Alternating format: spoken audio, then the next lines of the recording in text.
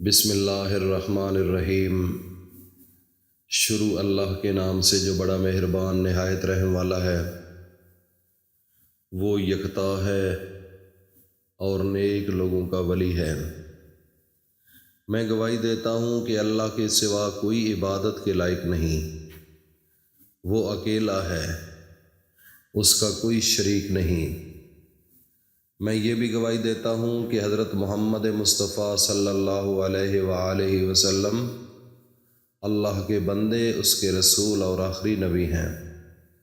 یا اللہ، حضرت محمد مصطفیٰ صلی اللہ علیہ وآلہ وسلم پر اور ان کی آل پر اور ان کے تمام صحابہ پر اپنی خاص رحمتیں، برکتیں اور سلامتی نازل فرما۔ ناظرین، میں ایک چھوٹی سی آپ کو پہلے مثال دیتا ہوں، پھر اپنے اصل موقف کی طرف جاؤں گا تاکہ آپ کو آسانی ہو جائے سمجھنے میں۔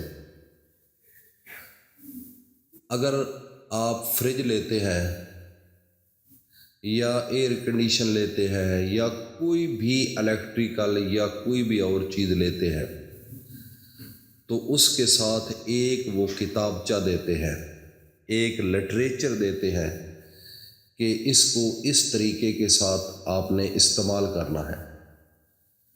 اگر آپ نے اس طریقے سے استعمال کیا تو یہ ٹھیک رہے گی، اگر آپ نے یہ کام کیا تو یہ خراب ہو جائے گی۔ اس کے متعلق جو پروڈکٹ ہوتی ہے، بنانے والا اس کی مکمل تفصیل اس لٹریچر کے اندر درج کر دیتا ہے، اور پھر جو انسان عقل مند ہوتا ہے، میں بات بڑی ایک راز والی کر رہا ہوں، جو انسان عقل مند، دانا، جس کے اندر دماغ ہے، دماغ تو سب کے پاس ہے لیکن کچھ استعمال نہیں کرتے، کچھ لوگ استعمال کرتے ہیں،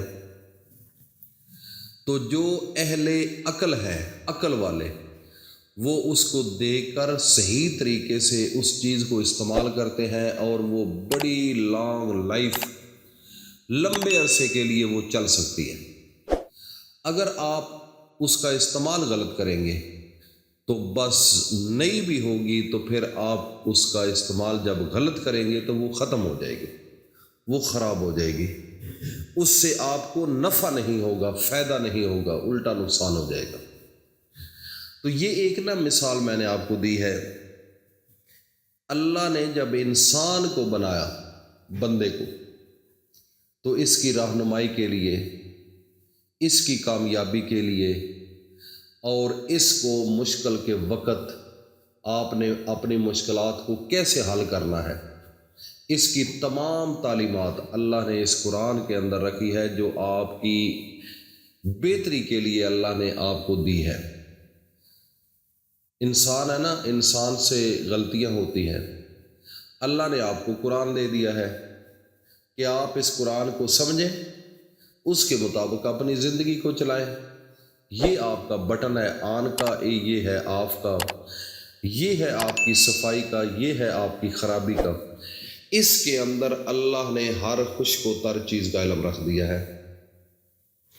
اب یہ بندے کا کام ہے، اب یہ بندے کے اوپر ڈیپینڈ کرتا ہے کہ وہ اس قرآن کو کتنا پڑھتا ہے اور اس کو سمجھتا ہے اور اس سے نفع لیتا ہے۔ اگر نہیں پڑھے گا، سمجھے گا نہیں، تو یہی قرآن اگر اس راستے سے انسان ہٹ کر کام کرے گا تو اس کو نقصان ہوگا، اس کو پریشانی کا سامنا کرنا پڑے گا، اس کے راستے میں مشکلات آئیں گی، وہ ذلیل ہو جائے گا، وہ رو پڑے گا، وہ اتنا پریشان ہوگا کہ پھر وہ اس کی زندگی کے اندر سکون بالکل ختم ہو جائے گا۔ اس قرآن کو اگر پڑھو گے تو آپ کو سیدھا راستہ مل جائے گا۔ آگے اللہ رب العزت ہے، جس نے اللہ سے ملنا ہے، یہ آپ کا قرآن ذریعہ ہے اور محمد مصطفیٰ کی تعلیم و تربیت آپ کا ذریعہ ہے۔ اب اس قرآن سے لوگوں نے بڑا نفع حاصل کیا۔ اس کائنات کے اندر، اس دنیا میں جتنی لیٹسٹ ٹیکنالوجی ہے وہ اس قرآن سے اخذ کی گئی، اور جتنی کیمیا ہے یہ ٹیکنیکل جتنی چیزیں ہیں تو یہ بھی قرآن سے نکلی ہیں۔ قرآن ایک منبع ہے علم کا، پورے قرآن جو ہے چھوٹی سی کتاب ہے، اس پوری کائنات کا خزانہ ہے۔ اس کے اندر اتنا اللہ نے علم اور اتنی طاقت اور اتنا اس کے اندر پاور رکھ دی ہے اور اس کے اندر اتنا نور رکھ دیا ہے کہ جو انسان اس کو پڑھنے کی کوشش کرے گا اس کو اچھا رستہ ملے گا۔ دیکھو ہم مسلمان ہیں، ہم نفع نہیں لے سکے، جو کافر تھے انگریز تھے انہوں نے اسی قرآن سے آگے چلے گئے ہیں، انہوں نے اس کو امپلیمنٹ کر لیا ہے لیکن کلمہ نہیں پڑھا۔ یہ قرآن نفع دینے والا ہے، یہ آپ کی زندگی میں آسانیاں پیدا کرنے والا ہے، یہ قرآن آپ کی نسلوں کو بہتر کرنے والا ہے، آپ کی زندگی کے اندر سکون لانے والا ہے۔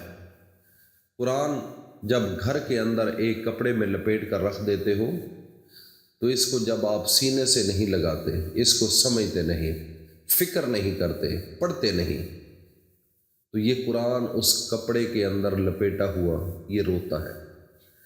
یہی قرآن دن قیامت کے آپ کو جہنم میں لے کر چلا جائے گا، یہ آپ کے خلاف گواہی دے گا کہ میرے اللہ میں اس کے گھر تھا، میرے اوپر مٹی پڑتی تھی لیکن یہ صاف نہیں کرتا تھا۔ وہ روتا ہے غلاف میں۔ اس لیے ناظرین اس قرآن کو سمجھنے کی کوشش کرو۔ قرآن کے اندر کھلے لفظوں میں کچھ چیزیں ہوتی ہیں، کچھ پس پردہ ہوتی ہیں، یہ اللہ کا راز ہے۔